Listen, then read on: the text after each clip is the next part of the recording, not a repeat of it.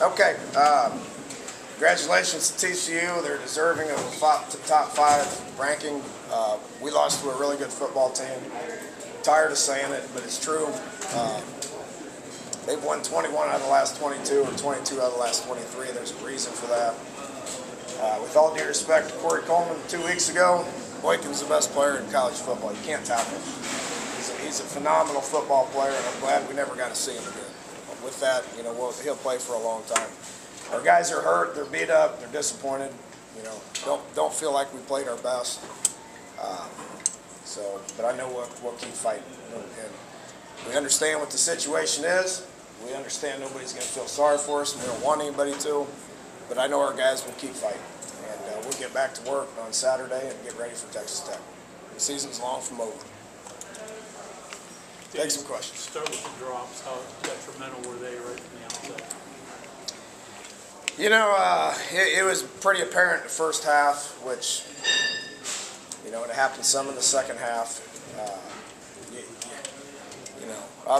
You got to make those plays, and you know, we got to call better plays. We got to improve our schemes. We got to coach better and call better plays. You know, some of it's got to fall on the players as far as making those plays as well. It's pretty apparent in the first half. We had a bunch of drop balls that were huge plays, both offensively and defensively, and they made those plays on their side. So, is there a point, Dana, when you have to, where you decide to stop throwing those just because you don't think you're going to catch them, or because you're getting open, you still got to keep throwing them, hoping to connect? Yeah, play to win or play to lose. You know, our game plan was to run the ball. We ran it just okay, not our best. We ran it okay, but some of those drop balls would have been touchdowns and interceptions and stuff. I mean, that keeps you in a game like this. You know, we could have played it safe and lost 32 or 31 to 7 or something like that. You know, we could have played it close, but if you want to play and win against a team like TCU or Baylor or even what looks like Oklahoma is at this point, Oklahoma State, you got to try to score. So I've been saying it. We got to try to improve offensively to the points where we can score. I'm failing at my job to get that done offensively. We're not scoring enough to win a game like this. And the only way you can score is you make plays like that. And they did. So. How depleted your secondary is right now? How much disadvantage would you have logistically? Against another one of the best receivers in college football, it makes it pretty tough. But like I said, I mean, you know, it's college football. Second teamers, third teamers need to get in there and play. You know, and if you can't compete at a high level with those guys, you're going to be in trouble. I mean, TCU is playing with their backup corners.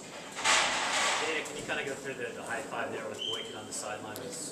Well, he was right there, and I just saw him make every one of our players miss. He's a phenomenal football player.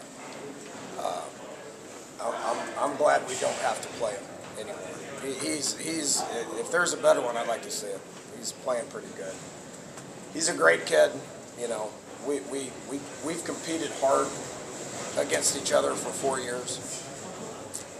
He made one of the best plays I've seen in a while, and he was right there, so I didn't know what the hell else to do. I could have started yelling at our guys, but what good's that going to do? I mean, congratulations, bud. You just made a hell of a play.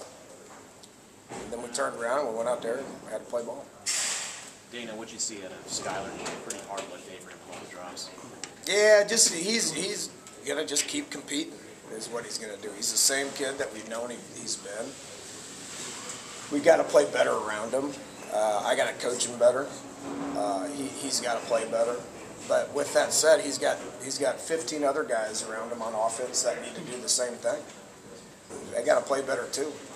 So you can't win this game by yourself. I don't know. Maybe Boykin could, but he's got some pretty good people around him that are making plays. We need to get guys making more plays offensively. What lifts Boykin above Corey Coleman in your mind? The position he plays, or more?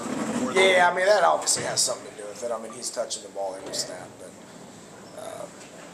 you know, again he's He's great with his feet. You know, his O-line gives him plenty of protection. He's got great vision. He throws an accurate ball. His completion percentage is high. You know, he can do whatever he wants to with his feet. He's a special player. Danny, you're tired of saying about the other team. Obviously, we're pretty good with the road. Is there anything about your team that concerns you at the end of this? Quite a bit. Beat up mentally and physically. And our job is to continue to fight, continue to coach, and to continue to fight. This is, again, a unique stretch, but is it almost weird to have a grasp of where you are given the injuries and stay close in some of these important nights? I mean, I don't know where you're going with the question. It's hard to get a read on just based on who you Yeah, I mean, what I said to them in there is I love them and we're going to keep fighting, and I know they will.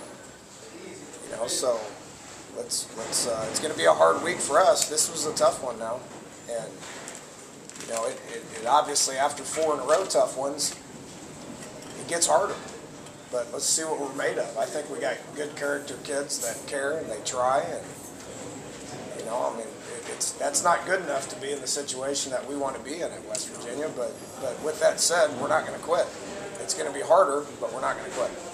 After going through this stretch, do you have any feel of the 4 teams that you've just gone through, how they stack up with one another?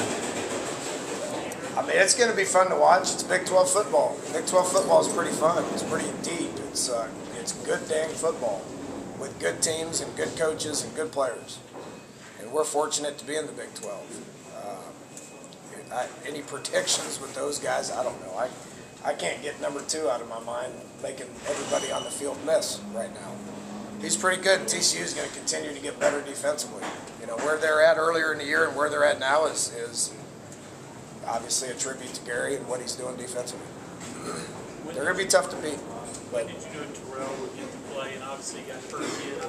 Disappointing with that. He'll be the same probably the rest of the year.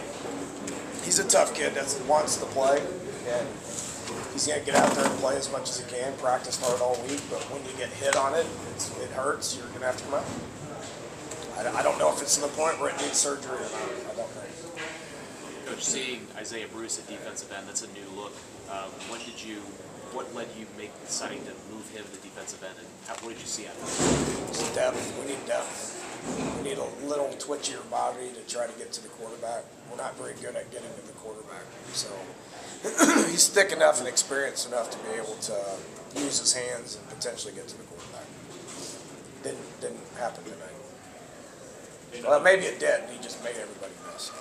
Another 100-yard game on a Wendell. I mean, is he one of the tougher players you've ever coached? Yeah, he is. He's finally started practicing this past week, so we felt like we could use him a little more. He's a competitor and wants to get out there and wants to play, so it's not surprising they did what they did. We got a lot of 2-shell in the second half because they opened up a lead, which opens up the run game a little bit. Didn't do a very good job with that in the first half. Better in the second half. Dana, as depleted as your defense was, I mean, a couple third down chances on that first drive, 3rd and 15 pass interference, and another third down pass interference. Did that kind of knock them off a chance to get any rhythm going the same way an offense might get a rhythm going? Yeah. Thanks, Coach. I can read into that.